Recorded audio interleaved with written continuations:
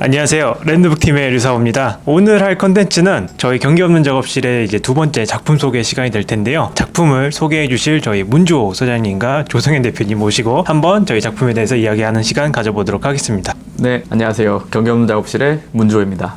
안녕하세요. 경기 없는 작업실을 같이 만들었었고 지금은 스페이스워크의 대표를 맡고 있는 조성현입니다. 네, 그래서 오늘 두 대표님 모셔놓고 한번 테트리스 하우스에 대해서 이야기해 볼 건데요. 그래서 이게 이제 경기 없는 작업실의 첫 번째 작품이고 아마 이걸로 경기 없는 작업실이 확 알려지게 된 대표작이지 않나 싶습니다. 토지 매입부터 뭐 공간기획, 브랜딩까지 전부 다 같이 간 케이스이고 상당히 이제 밀접한 관계를 가지고 있는 작품이기 때문에 오늘 이제 많이 알려진 내용과 더불어서 비하인드 스토리 같은 여러 가지 재밌는 내용 아마 아실 수 있게 될 것 같아요. 조금 부연 설명을 하자면은 경기 없는 작업실의 첫 번째 프로젝트라기보다는 거의 0번째 프로젝트일 수도 있는데요. 경기 없는 작업실이 결성되기 전에 주호님이 대학을 졸업하자마자 굉장히 러프하게 만들어진 작업이라고 볼 수 있습니다. 이 작업의 시작은 제가 기억하는 걸로는 이래요. 어느 날 주호님한테 전화가 와가지고 형, 나 이제 아버지께서 은퇴하시는데 아파트 팔고 여태까지 모은 거랑 퇴직금이랑 더하면 어느 정도 금액이 될 것 같아. 그래서 이걸로 사당동에 원룸을 사야 되겠어 라고 네이버 부동산에서 물건들을 보여줬어요. 물건들을 보여줬는데 수익률이 무지 낮았고 다 불법이었어요. 그래서 이거 했다가는 정말 큰일 나겠다라는 생각이 들어서 당시에 이제 중개인이라든지 아니면 이쪽 시장이라든지 이제 관련된 이제 시공사를 소개시켜주고 한번 개발해봐 라고 했는데 주호가 정말로 땅의 가능성을 찾아서 멋진 계획안을 가지고 와서 좀 다들 놀랐던 프로젝트입니다. 이 배경 스토리를 이제 말씀해 주신데 성현님이 해주신 얘기를 좀 자세히 조금 풀어서 이제 좀 얘기를 하면 말씀하신 대로 노후를 준비하고 계시긴 했어요. 이제 월급쟁이 직장인으로 지방에서 사시다가 서울로 이렇게 올라오셨는데 노후를 생각하시니까 이제 뭐 이렇게 아파트 관리사를 따셔야 되나, 그럼 요리사 자격증을 따셔야 되나 이런 고민들이 있으셨던 거죠. 물론 이제 그걸로 어느 정도의 노후는 되겠지만 슬픈 거예요. 평생 또 일을 하셔야 되고 그 다음에 집안의 프로젝트를 했던 가장 큰 이유가 이게 생활적인 여력이나 이런 것들이 뭔가 만들어지지 않을까. 저의 어떤 결혼을 위해서 저의 그 뭐랄까 그 행복한 이제 결혼 생활과 이제 중년 생활을 위해서 좀 고민을 했었습니다. 저는 그때 당시에 부동산 개발이라는 것에 대해서 사실은 아예 모르고 있었어요. 수익형 부동산이라고 해야 될까요? 임대를 놓고 안정적인 임대 수익이 나오는, 성현님이 부동산 임대 시장에 대해서 알려줘가지고 처음에는 사당동이나 낙성대나 지어진 건물을 이렇게 몇 개 매물을 가지고 이제 성현님한테 이렇게 보여줬었어요. 이제 성현님은 그때 이미 부동산에 대해서 소규모 프로젝트에 대해서 이미 경험도 있고 해박한 지식을 가지고 있어서 정말 이거는 말도 안 된다. 프로젝트는 리스크도 너무 크고 불법도 많고, 그리고 또 무엇보다 가정하고 있었던 것 중 하나가 그 부모님께서 사시고 계신 아파트가 팔린다라는 가정이 있었는데 자금 조달 리스크가 있었네요. 예. 근데 사실 그때 아파트가 잘 팔리던 시기가 아니었어요. 맞아요. 네. 그 10년대 초반이면 금융위기 얼마 안 지났으니까 지금 가격의 3분의 1 정도죠. 저희 그 가지고 있는 집안의 자본 여력이 정말로 평범했어요. 어떻게 보면 서울 사시는 분들에 비해서는 낮았다고 볼 수도 있어요. 다만 이제 땅을 사서 직접 개발했을 때 투입되는 비용 대비 가치가 높다라는 거를 정보들을 이제 수집을 한 상태였기 때문에 처음 알아본 것은 그때 당시에 그 신림동 낙성대의 땅값이 평당 1,000만 원대 후반. 그래서 이제 거기서 이제 막 검토를 하다가 그때 낙성대에서 땅을 하나 찾았는데 제가 막 검토를 해가지고 와, 건물을 이만큼 지을 수 있다. 이제 법규 공부를 막 해가면서 이제 건축사를 가지고 계신 선배님한테 그걸 한번 보여드렸어요. 그랬더니 야, 너 일조사선 계산 잘못했다. 건물이 반토막이 나는 거예요. 그래가지고 그 정도로 초보 때 맞는데 그래서 이거 어떡하나 막 이제 고민을 하고 있는 찰나에 이제 상현님이 그냥 속눈샘 치고 강남 부동산을 하나 소개시켜 줄 테니까 한번 만나봐라 라고 해서 이 시작이 된 거죠. 그런데 이때 상황을 설명하면은 일단 강남 땅값도 그렇게 비싸진 않았어요. 왜냐면은 아까 1900 얘기하셨잖아요. 이 당시 땅값 2천만 원 초반대. 2천만 원 초반이었고요. 2천만 지금 은평 땅값이네요. 예, 2천만 원 초반이니까 굉장히 저렴했는데 이 당시에 그 풀옵션 단기 임대라고 해서 보증금 거의 없이 3개월치 단위 계약이 이 시장이 형성되면서 땅값 대비 벌어들일 수 있는 수익이 굉장히 높은 시기였습니다. 단기 임대가 비싸니까. 예. 그래서 오히려 낙성대에 있는 땅을 하는 것보다 강남에 있는 땅을 하는 게 훨씬 좀 이익인 좀 시기였었고, 특히 주호님이 고른 땅 같은 경우는 33평으로 크기도 매우 작은데 길도 끊겨져 있어서 엄청 저평가됐던 땅이었어요. 근데 그 땅을 1조 사선 계산도 잘 못하는 초보가 용감하게 아버님의 전 재산을 걸고 베팅을 한 거죠. 이게 그럼 일단 부동산에서 이 땅을 소개 받으셨을 때 처음 보셨을 때는 어땠어요? 그때 땅을 받고 아마 제일 먼저 제가 성현님한테 보여줬을 거예요. 네. 둘 다 이제 사실 고뇌에 빠지긴 했죠. 왜냐면 네. 앞에 도로도 사실은 되게 좁잖아요 여기. 그때 3m 도로였어요. 그러니까 네. 실제로 이 땅을 매입하고 4m 도로 확폭으로 해서 땅을 내준 상황이었어요. 도로는 끊겨 있고 엄청 극경사지. 사실 저는 이제 서울 사람이 아니다 보니까 논현동 이제 강남인 건 아는데 이 강남에 이런 곳이 있어라고 할 정도로 되게 이면도로에 네. 유명하지 않은 장소였었죠. 원래는 저희가 모든 집에 자산을 끌어서 이걸 만들었기 때문에 네. 부모님이 살 집이 제가 결혼하기 전까지도 같이 살 집이 필요했는데 네. 땅이 이제 33평밖에 안 되니까 그 살 집을 만들 수는 없었어요. 그러면 그쵸. 그걸 포기해야 되는 상황이었죠. 그러니까 게다가 솔직하게 말씀드리면 땅값이 저희 예산에서 알아봤던 낙성대에 비해서 30% 이상 높았어요. 확실히 그렇죠. 강남이니까. 예, 땅은 훨씬 좀 더 작지만 예산이 오바되는 문제가 있었고 네. 엄청 고민을 했었죠. 그런데 고민해서 선택을 할 수 있었던 가장 큰 계기가 뭐였냐면 일단 강남이다. 그리고 또 하나는 뭐였었냐면 이제 부동산이랑 이제 막 얘기를 하면서 당시만 해도 강남은 투룸이나 좀 고급 비싼 주거 임대 시장이 활성화되어 있는 상태였어요. 압구정 로데오 거리라든지 그 도산공원이라든지 그 다음에 근처에 오피스들이 좀 많이 생기면서 출퇴근하는 직장인 수요가 점점 생기고 있었는데 정작 그 수요를 받아줄 만한 작고 뭔가 아기자기하고 합리적인 1인 주거 상품이 굉장히 희소했어요. 그래서 부동산에서 여기에 지금 이 수요가 굉장히 많이 지금 발생하고 있는데 물건이 없다.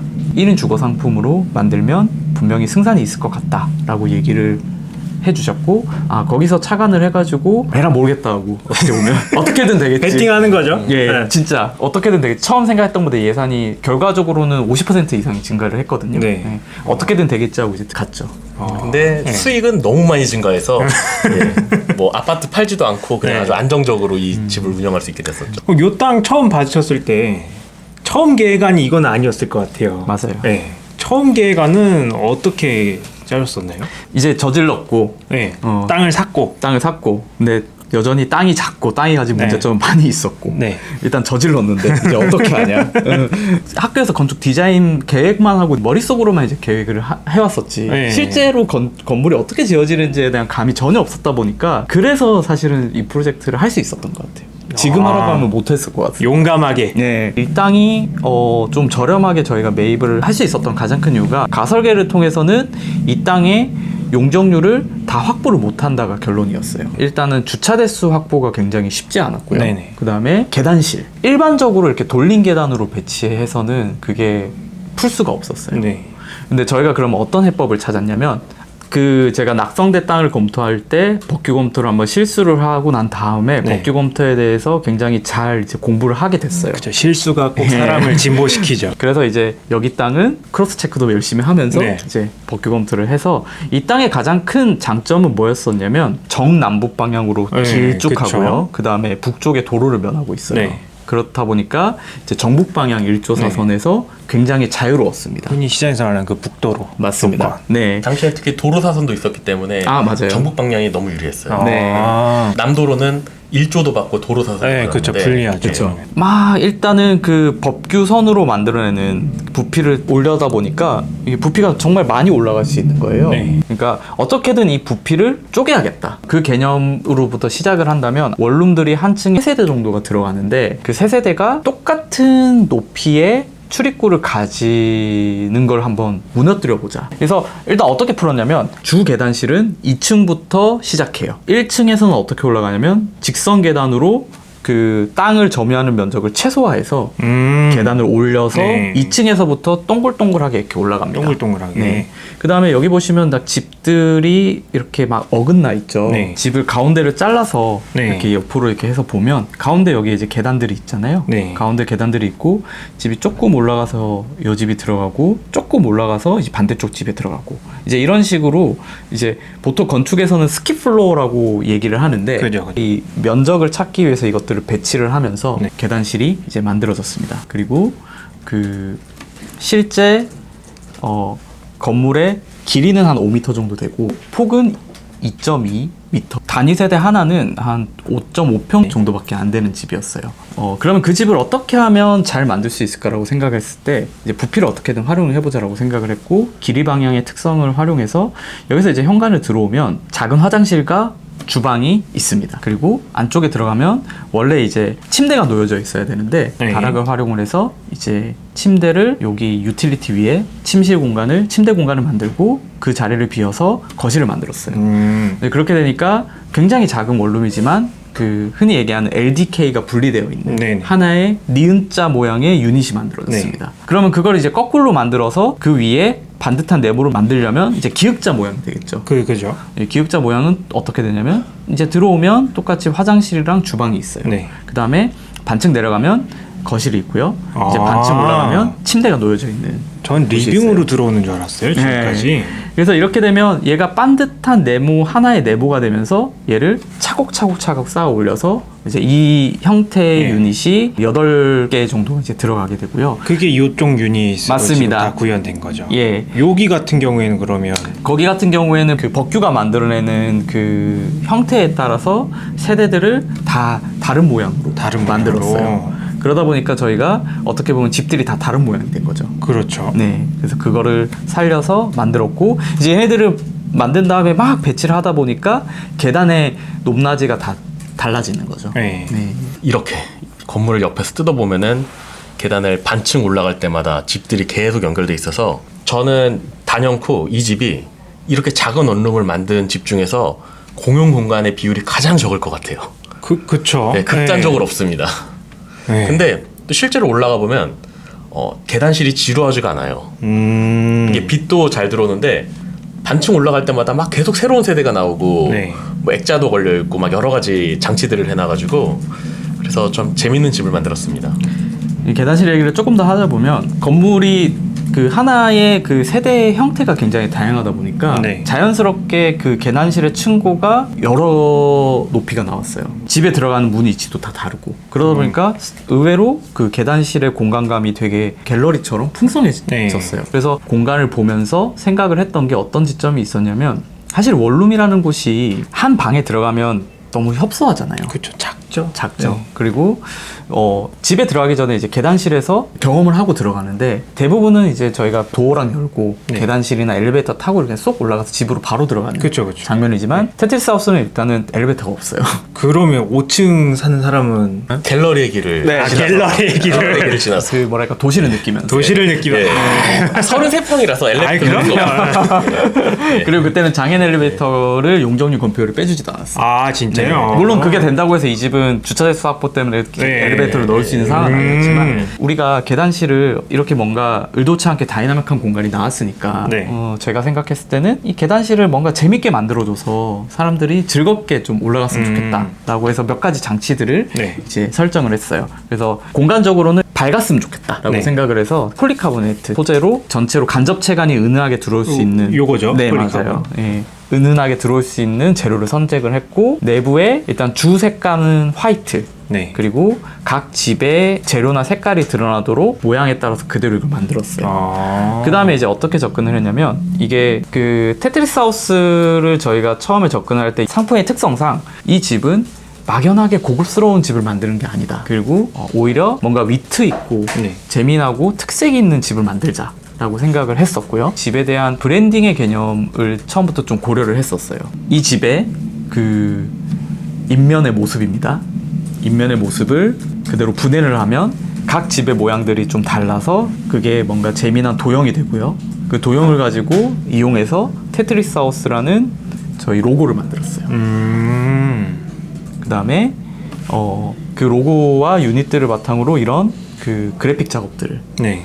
여러 가지 실험들을 좀 진행을 했습니다. 이걸 보면 이제 층의 구분이 없으니까 1층부터 옥상까지 올라갈 때 어떤 유닛들을 만나게 되는지에 대한 여정을 표현한 다이어그램입니다.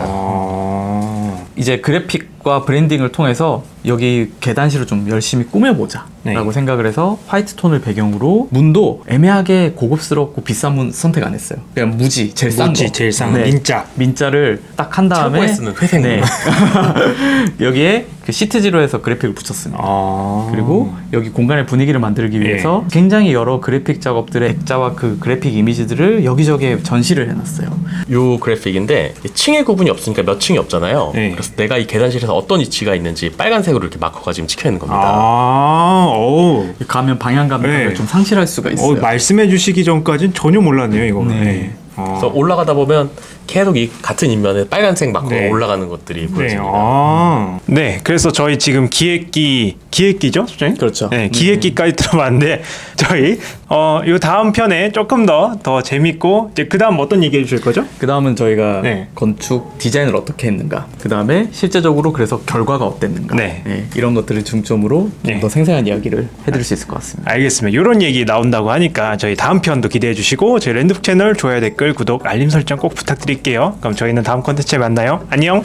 안녕.